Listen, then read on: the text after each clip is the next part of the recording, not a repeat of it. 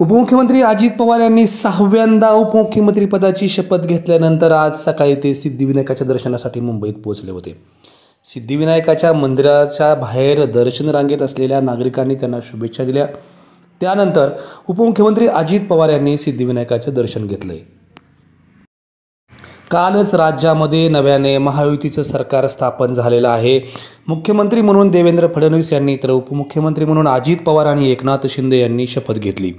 या शपथविधी समारोहाला पंतप्रधान नरेंद्र मोदी देखील उपस्थित होते आणि यानंतर आज सकाळीच आपल्या कामाला सुरुवात करण्यापूर्वी उपमुख्यमंत्री अजित पवार यांनी सिद्धिविनायकाचं दर्शन घेतलं।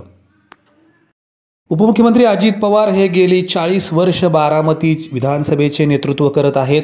यावेळी त्यांनी पहिल्यांदाच शरद पवारांची साथ सोडल्यानंतर स्वतःच्या पक्षामार्फत निवडणूक लढवली आणि तब्बल 41 जागा त्यांनी निवडून आणल्या आणि आता ते महायुती सरकारमध्ये उपमुख्यमंत्री आहेत। उपमुख्यमंत्री म्हणून त्यांनी 6व्यांदा राज्यामध्ये शपथ घेतलेली आहे।